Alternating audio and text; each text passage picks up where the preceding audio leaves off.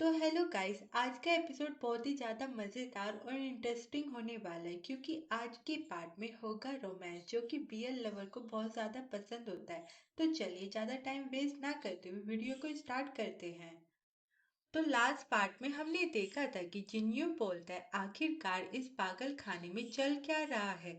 अगर इस बारे में सोचा जाए तो ये सुराग किसी बचे हुए इंसान ने जिंदा रहने से पहले छोड़ा था।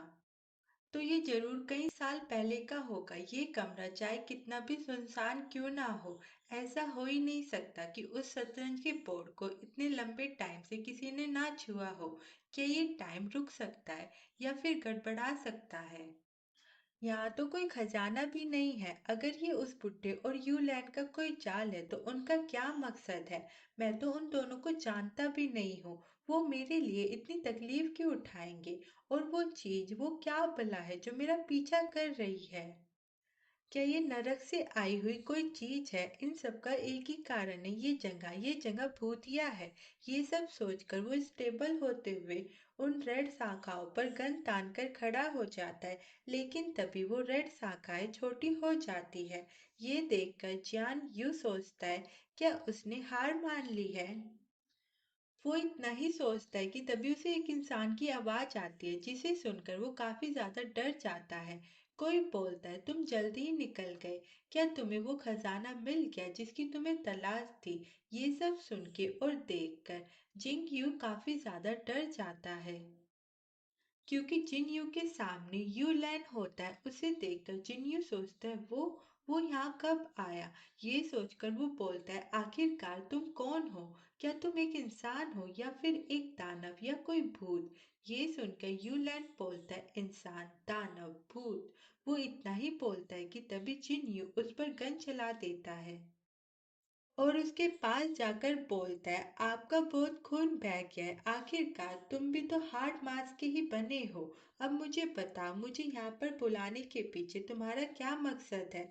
अगर तुम मेरे हाथों मरना नहीं चाहते तो सच बताओ। ये बोलकर वो उसके करीब आ जाता है। ये सब देखकर यू लैंजियान का हाथ पकड़ता है और खुद पर गन पॉइंट करके बोलता है, अगर तुम्हें मेरी जान चाहिए तो तुम ले सकते हो। मैं ये तुम्हें दे दूंगा। तुम्हारे हाथों मरना काफी अच्छा होगा। ये बोलकर वो उसके करीब आकर उसे किस करने लग जाता है और किस करते करते वो जियान के हाथों से खुद के दिल पर गन चला लेता है। ये देखकर जिन यू पूरी तरीके से शॉक्ड हो जाता है और दूसरी साइड हम उस बॉडी को देखते हैं जो कि ताबूत में थी, जिसके दिल पर माला थी। वो टूट जाती है। उसके टूटने की वजह से वो बॉडी पूरी तरीके से ठीक हो जाती है। मतलब कि भाई वो बॉडी यू लैंड की होती है जो ताबूत में थी और उस पर कुछ श्राप होता है जिस वजह से वो पूरी तरीके से आजाद नहीं था। लेकिन गन दिल पर चलने की वजह से अब वो सारे के सारे श्राप से आजाद हो जाता है। यू लैन अपनी आंखें खोलते हुए हंसते हुए जिन यू का नाम लेता है और बोलता है, जिन यू, आपको एक और बार फिर से मैंने बेवकूफ बना दिया। फिर सीन शिफ्ट होता है जिन्यू पर जो कि यू लैंड की बॉडी को देख रहा होता है कि तभी वो एक कैंडल को गिरते हुए देखता है और बोलता है, ये क्या बकवास है? क्योंकि उस कैंडल के गिरने की वजह से पूरे मैंशन में आग लग जाती है। ये देखकर जिन्यू बाहर की ओर भागता है लेकिन गेट नहीं खुलता। वो बोलता है, धत तेरी की, ये दरवाजा क्यों नहीं खुल रहा है? ये बोलकर वो उसे किक मारकर खोलने की कोशिश करता है लेकिन वो खुल नहीं पाता। ये देखकर वो बोलता है, ये ठीक नहीं है। अगर इसी तरह चलता रहा तो या तो मैं कुचलकर मारा जाऊंगा या फिर जिंदा जल जाऊंगा। क्या यहाँ कोई और रास्ता नहीं है? ऐसा नहीं हो सकता। कोई ना कोई रास्ता तो यहाँ पर जरूर होगा। मुझे शांत होकर ध्यान से सोचने की जरूरत है। ये बोलकर वो सोचने लग जाता है और बोलता है, याद आया, वो पानी का तालाब। मुझे याद है जब मैं यहाँ पर आया था तब वो बाहर की ओर बह रही थी। ये सब सोचकर वो डिसाइड करता है कि वो उस पानी में जंप लगाएगा। ये बोलकर वो वहां पर चला जाता है और पानी में जंप लगाने के बाद वो तैरते हुए जाने लगता है कि तभी उसे बाहर की रोशनी दिखाई देती है। उस रोशनी को देखकर वो बोलता है, बहुत बढ़िया, मुझे रास्ता मिल गया। आखिरकार मैं इस मनोज जगह को छोड़ सकता हूँ। वो इतना ही सोचता है कि तभी कोई पीछे से उसे आकर पकड़ लेता है। वो जैसे ही पीछे मुड़कर देखता है तो वो काफी ज्यादा शॉक्ड रह जाता है, क्योंकि यूलैन अपने असली रूप में आ गया होता है, मतलब कि इंसान और सांप के रूप में। उसे देखकर जिन जैसे ही अपनी गन चलाने लगता है कि तभी यूलैन उसे अपने कब्जे में कर लेता है और बोलता है, जियान यू, किसने कहा कि तुम जा सकते हो? हमने अभी तक आपका खाता निपटा पूरा नहीं किया है। ये बोलकर वो उसे अपनी शाखाओं से बांध देता है और बोलता है, मुझे जानना है कि इस जीवन में आपके दिल का स्वाद कैसा है। क्या मैं उसे मिठास का थोड़ा सा स्वाद चख सकता हूँ? वो इतना ही बोलता है कि तभी हम जिंदा जिन को देखते हैं, जो कि शॉक्ड होते हुए उठता है और बोलता है, ये क्या था? क्या ये एक सपना था? वो जल्दी से बाहर जाता है और बोलता है, सेक्रेटरी शू, वो बुढ़ा आदमी कहाँ है? शू बोलती है, सर कौन सा बुढ़ा आदमी? जिन बोलता है, वही बुढ़ा जो मुझसे बात करने यहाँ पर आया था। क्या वो पहले ही चला गया है?